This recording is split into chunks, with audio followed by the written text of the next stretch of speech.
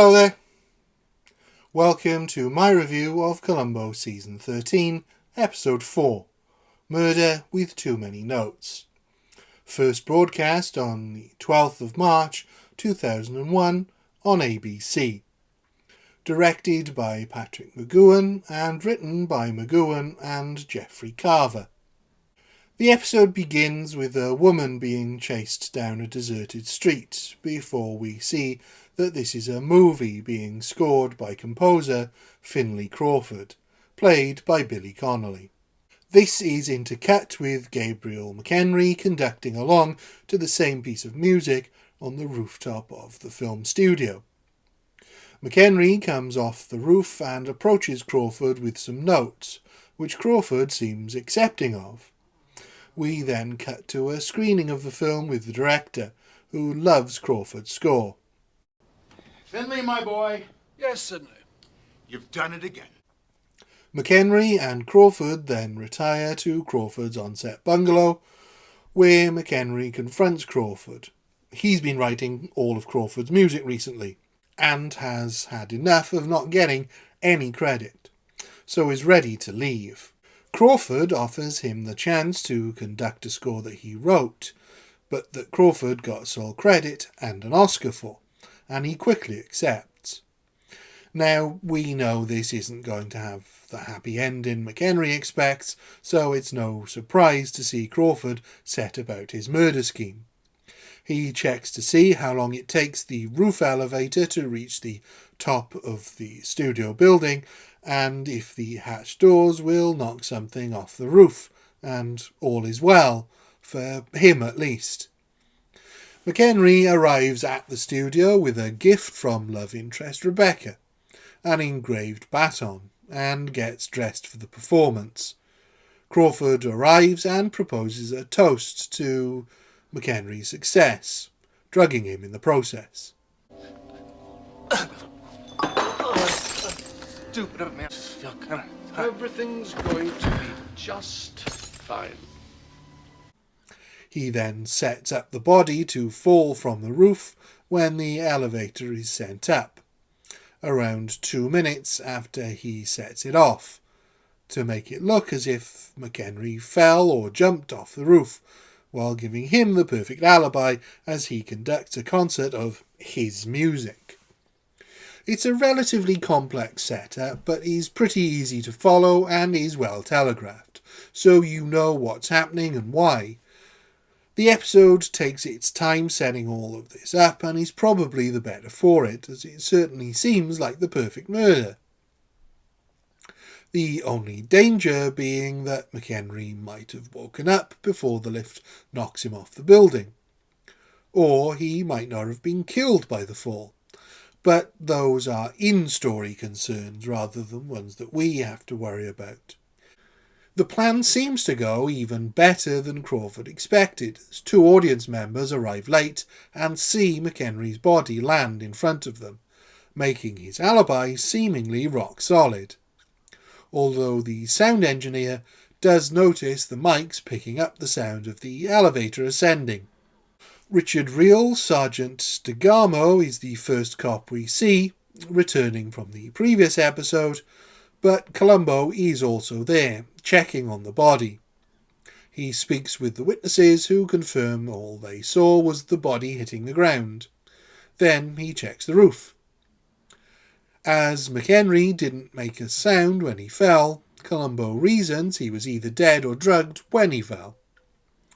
He then goes to see Crawford and they enjoy a little sing-along before Columbo questions him. Oh, my darling, oh, my darling, oh, my darling Clementine. He gives his false account of his movements, then attempts to drive home, drunk, and in a scene that would never happen today, Columbo allows him to drive, with Columbo as a police escort. It's a strange scene, played for laughs with how slow Columbo drives and seems to only serve as a different way to allow him to question Crawford about McHenry's missing baton, as well as inject some comedy. But with how taboo drink driving rightly is now, it just feels a little odd. Columbo's investigation continues, where it's fairly certain he's on to Crawford by this point, so he's now looking for confirmation of his theory. Unfortunately, I found the episode rather dull around this point.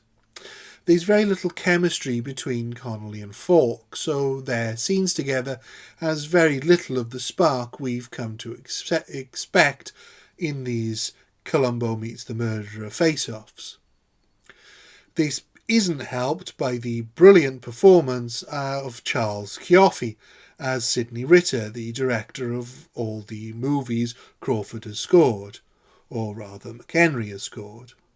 The guy who had this built was, for a while, the golden-haired savior of the studio. Out of nowhere comes this guy's first major movie. It made a fortune. So after that, anything he wanted was his. He plays the part as a cross between Richard Donner and Roger Corman, and his enthusiasm and chemistry with Falk is a lot more fun than any of Falk and Connolly's scenes. You found a clue? That's a good question, Mr. Ritter. I love clues. There are still some nice moments in the episode, like Crawford's inability to compose good music alone, and Columbo's scenes with Ritter. But these are few and far between.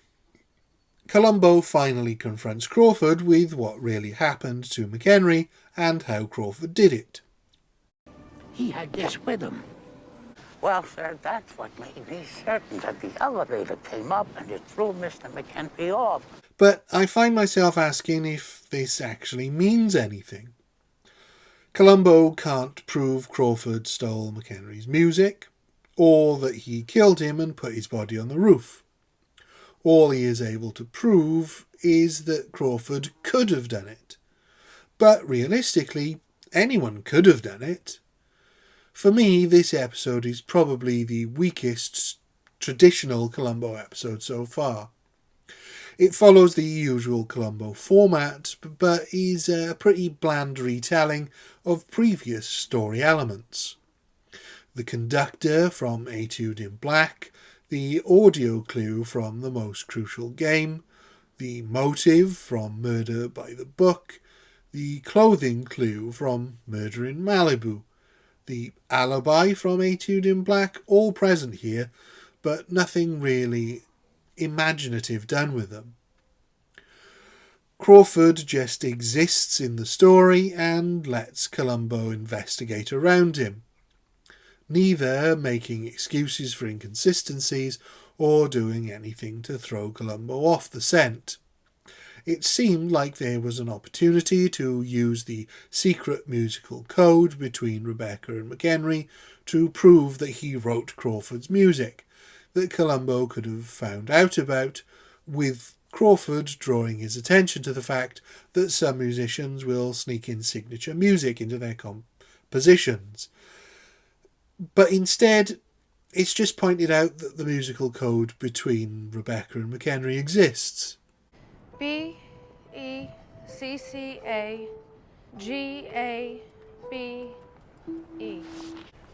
Dear Becca, my love notes to you. Always Gabe. Personally, I found it to be a very unsatisfactory episode for several reasons, and therefore can only give it a 1 out of 5, solely for the scenes between Columbo and Ritter. Thank you. Goodbye.